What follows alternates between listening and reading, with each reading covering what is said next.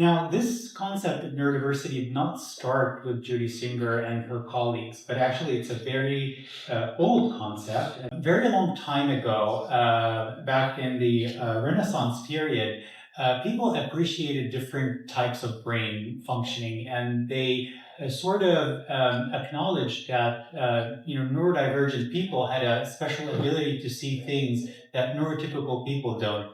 And so even a long time ago, this has been recognized, but just only recently it has received a term such as neurodiversity.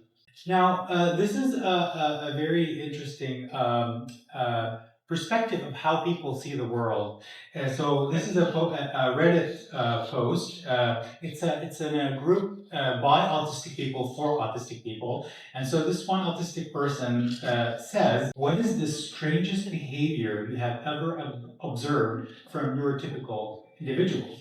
So one autistic person said the Minnesota long goodbye. So in Minnesota, which is a state in the United States, people take a long time to say goodbye. So this autistic person does not understand why does it take so long to just get somebody out of your house. And another autistic person, and this is something that I personally associate with. This person says, if you're walking down a long hallway and see someone, at the other end, at what point do you say hi? Do you shout across the hallway or just wait to speak until you're close? Do you stare them at the hallway down or only notice them when they're close? So this is something that, you can see the difference between somebody who is autistic and how they view interaction with other people. And the last and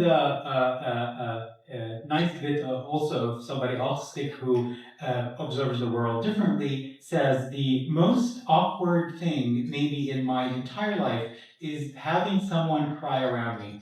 I have no idea how to comfort them.